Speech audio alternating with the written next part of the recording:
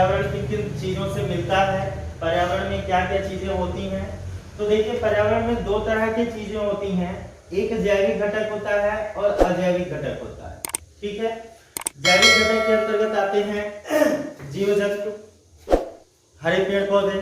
ठीक है, इसमें बता रहे हैं उत्पादक है, उपभोक्ता है और अपघटक है। ठीक है, ये तीनों जो है पर्यावरण के जैविक अपघटक हैं, जैविक घटक हैं। उत्पादक जो होते हैं जिन पर जो है कच्चे पदार्थों से, रॉ मटेरियल से अपने भोजन जो है खुद निर्माण करते हैं। ठीक है, और उपभोक्ता जो होते हैं ये जो है उत्पादक के द्वारा निर्माण किए हुए भोजन पे डिपेंड रहते हैं। ठीक है, और अपघटक यानी डिकम्पोजर जो होते हैं यह उपभोक्ता और उत्पादक इन दोनों पर डिपेंडेंट है। ठीक है, यानी उपभोक्ता और उत्पादक के जो जिन जिन एलिमेंट से, अवयव से मिलकर के उपभोक्ता और उत्पादक बने होते हैं उनको जो है आप घटक जो है सेपरेट कर देते हैं जब ये नॉन बायोटिक हो जाते हैं। ठीक है, तो ऐसी स्थिति में यह जैविक घटक तीन तरह के होते हैं, उत्पादक, उपभोक्ता और अपघटक। आगे हम आपको अभी चर्चा करेंगे जब फूड चेन आपको बढ़ाया जाएगा, खाद्य श्रृंखला, तो उसमें जो है आपको बताएंगे और बेहतर से बता पाएंगे हम कि उत्पादक किस हिसाब से जो है अपना प्रोडक्ट बनाते हैं और उनके जो प्रोडक्ट्स होते हैं वो उपभोक्ता किस आधार पर लेते हैं, किस हिसाब से जो है एनर्जी जो है फ्लो होती है, एक माध्यम से दूसरे माध्यम में एनर्जी फ्लो होती है। और एनर्जी ही तो है जो एक जीव से दूसरे जीव में जाती है और प्रत्यक्ष या अप्रत्यक्ष रूप से प्रभाव डालती है। ठीक है, तो इन सारी चीजों को जो है जब हम खाद्य चयन यानी फूड चयन जब पढ़ेंगे तो उनमें आपको जो है और अच्छे से समझा पाएंगे इसको। ठीक है, आगे देखिए अजैविक घटक। अजैविक घटक में बहुत सारे कारक हैं, अध्ययन की दृष्टि से जो है मैंने विभिन्न भागों में इसको भी डिवाइड किया हुआ है। देखिए सबसे पहले आ रहा है वातावरणीय कारक, ये अजैविक कारक है, पर्यावरण का यह एक अजैविक कारक है, इसको हम देख रहे हैं। वातावरणीय कारक, वातावरण में जैसे होता है ताप, प्रकाश, जल सारे सूर्य से प्रभावित होते हैं, अबायोटिक होते हैं, नमी है, वायु में जो नमी है, आर्द्रता है और वायु जो सम्मिश्रण होती है विभिन्न प्रकार के गैसों का, विभिन्न प्रकार के तत्वों का, ये सब जो है वातावरण पे प्रभाव डालती है। जैसे मान लीजिए जिस वातावरण, जिस परिवेश में आप रह रहे हैं वहां का वायु दूषित हो जाए, जैसे मिथाइल आइसोसाइनेट भोपाल गैस त्रासदी याद है, तो उसमें क्या हुआ कि हवा में जो है जहर घुल गया और जितने भी प्राणी थे, जिन लोगों ने उन हवा में सांस लिया वो सब जो है क्या हुए, एक्सपायर हो गए, मर गए। तो निश्चित रूप से वायु है, आर्द्रता है, नमी है, प्रकाश है, ताप है, यह जो है वहां के जीव जंतु, वहां के व्यवहार, वहां के वातावरण पे जो है प्रभाव डालते हैं।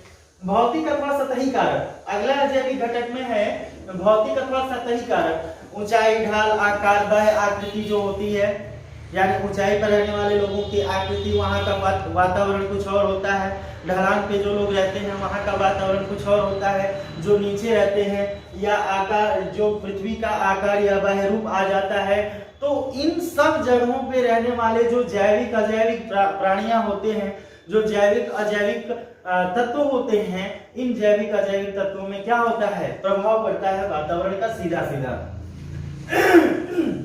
आगे देखेंगे पोषक संबंधी कारक, खनिज है, लवण है, वसा है, नमी है, अम्लीयता है, क्षारीयता है। मिट्टी अम्लीय और क्षारीय हो जाती है तो कुछ पौधे वहां पे नहीं हो पाते, कहते हैं ना वातावरण जो है वहां का सही नहीं है, अम्लीय है, क्षारीय है, या खनिज लवण जो है पर्याप्त मात्रा में मिट्टी से मिल नहीं पाते हैं पौधों को, तो पौधे जो है विकास नहीं कर पाते हैं, या कुछ ऐसी चीजें होती हैं जहां पर जो है जीव जंतु नहीं लिव कर पाते हैं, सर्वाइव कर पाते हैं। तो ऐसी स्थिति जो है ये पोषक संबंधी कारक है, ये अजैविक है। आगे आ रहा है भौगोलिक कारक। भौगोलिक कारक जो होता है शुष्क एरिया है, जैसे आपके भारत में राजस्थान शुष्क एरिया है, वहां का जनजीवन, वहां का वातावरण, वहां का रहन सहन, वहां का व्यवहार अलग है। ठीक है, सदाबहार क्षेत्र देख लेंगे। भूमिगत जल का भी प्रभाव पड़ता है वातावरण पे पूर्ण रूप से, और वायुमंडल तो पूर्णतः प्रभावी होता है पर्यावरण के लिए। ठीक है, और इसके अलावा आपको मिल रहा है अजैविक कण, जिसमें धूल, धुआं, जलवाष्प, अक्रिय गैसें, सक्रिय गैसें, वायुमंडल में विद्यमान जो गैसें होती हैं, ये सब जो है धूल भी प्रभाव डालता है, धुआं भी प्रभाव डालता है वातावरण में। जैसे दिल्ली में है, दिल्ली में जो लोग हैं इस समय जो है दिल्ली का वातावरण जो है पूर्ण रूप से पॉल्यूटेड चल रहा था। अभी हाल ही में लगातार न्यूज में आप देख रहे थे, ठीक है, क्योंकि वहां धुआं की वजह से प्रभाव ज्यादा पड़ रहा था। धुआं जो है अगल बगल के क्षेत्रों में जो पराली जलाने से धुआं उत्पन्न होता था, उसका प्रभाव जो है दिल्ली को पूरा भुगतना पड़ रहा था। तो ऐसी चीजें जो है, धुआं है, धूल है, जलवाष्प है, अक्रिय गैसें हैं, सक्रिय गैसें हैं, ये भी जो है पूर्ण रूप से क्या करती है, प्रभाव डालती है वातावरण पे, ठीक है।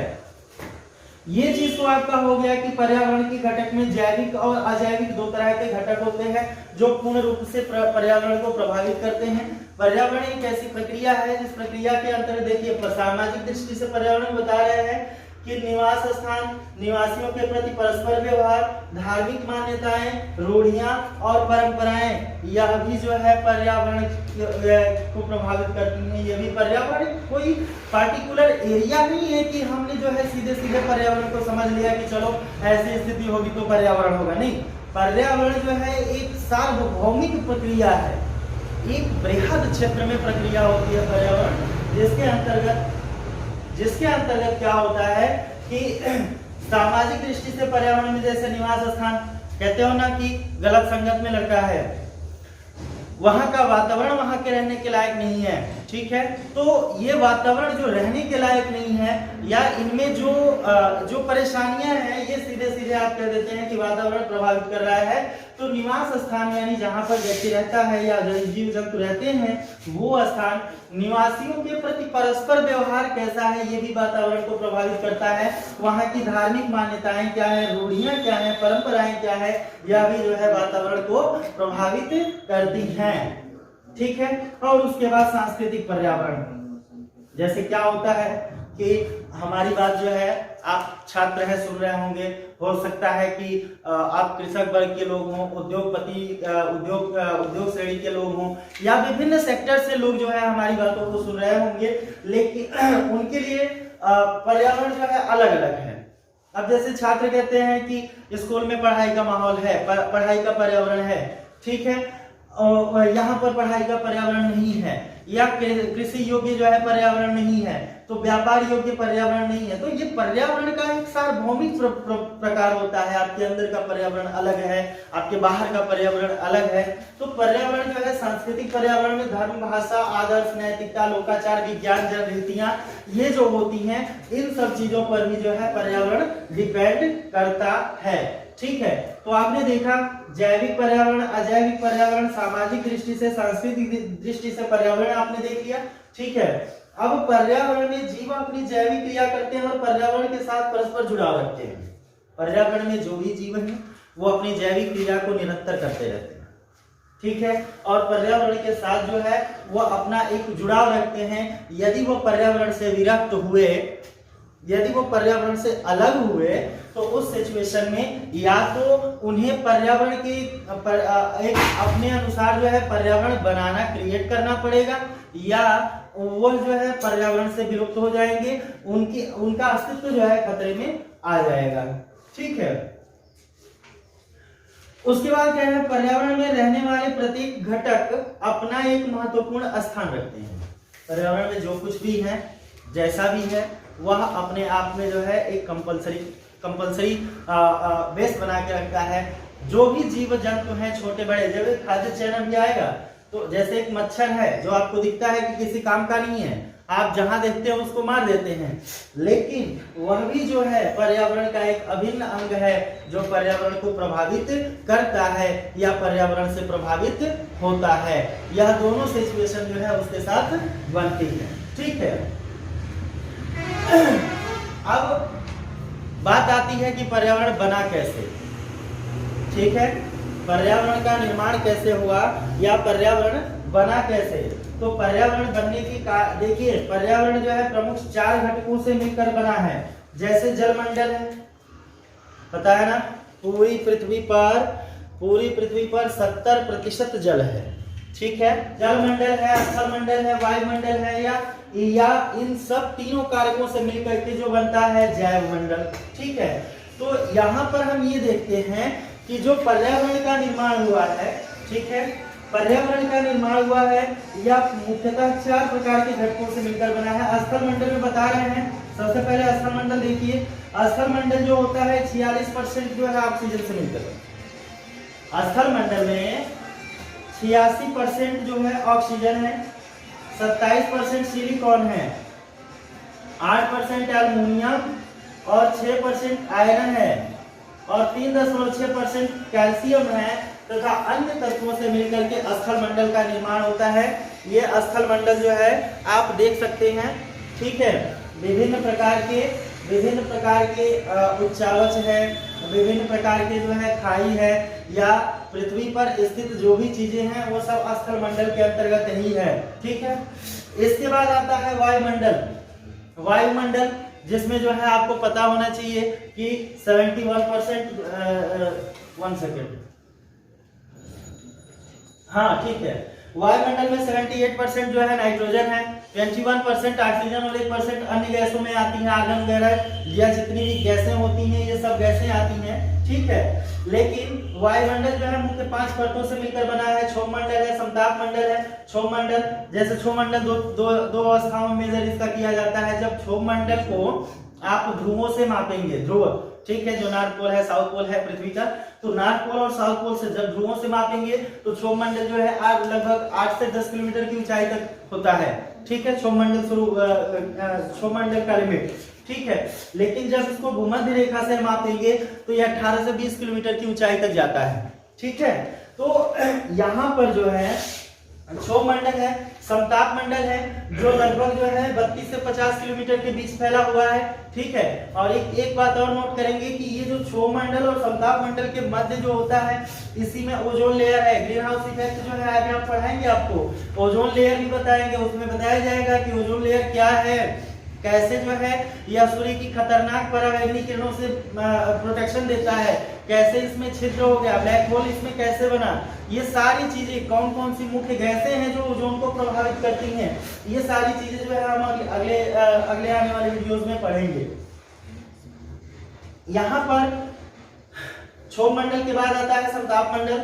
समताप मंडल के बाद मध्य मंडल आता है, ठीक है, जो लगभग जिसकी ऊंचाई लगभग 100 किलोमीटर के बीच होती है। आयन मंडल है और बहिर्मंडल है, ठीक है। उसके बाद की एरिया जो है बहिर्मंडल के अंतर्गत आती है। तो इस प्रकार जो है हमने वायुमंडल देखा कि क्षोभ मंडल, समताप मंडल, मध्य, आयन और बहिर्मंडल, ऐसे करके 5 मंडलों में जो है वायुमंडल विभक्त है। अब इसके अलावा आता है जलमंडल। पृथ्वी पर जल 2 तरह का होता है, खारा जल और मीठा जल, ठीक है, ये सबको पता है। खारा जल समुद्रों में पाया जाता है और मीठा जल जो होता है भूमिगत जल होता है। मीठे जल का उपयोग जो है समस्त जीव जंतु प्राणी करते हैं पीने के लिए, ठीक है। तो इतना सब इसमें देखेंगे कि सबसे ज्यादा जो जल राशि है, सबसे ज्यादा जल राशि वो समुद्रों में है 97%, 2% जल राशि ग्लेशियर्स में है, ये हिमाद्रियों में, और 1% जल राशि जो है वह पृथ्वी पर जो है स्थल मंडल में जो कुआं है, तालाब है, बावरी है, नदी है, नाले हैं, नहर है, इन सब चीजों में हैंडपंप है, ठीक है। इन सब चीजों में जो है भूमिगत जल के रूप में जो है 1% जल जो है समस्त जल राशि का जो है भाग पाया जाता है। अब देखिए लास्ट इन सब तीनों में लास्ट में है जैवमंडल। जैवमंडल वह चीज है जहां पर जलमंडल, वायुमंडल, स्थल मंडल का समुच्चय हो, यानी जहां पर जल, वायु और स्थल इन तीनों का समुच्चय होता है, वहां पर क्या होता है कि जीवों का निवास स्थान बनता है, वहां पर जीव बनते हैं, ठीक है।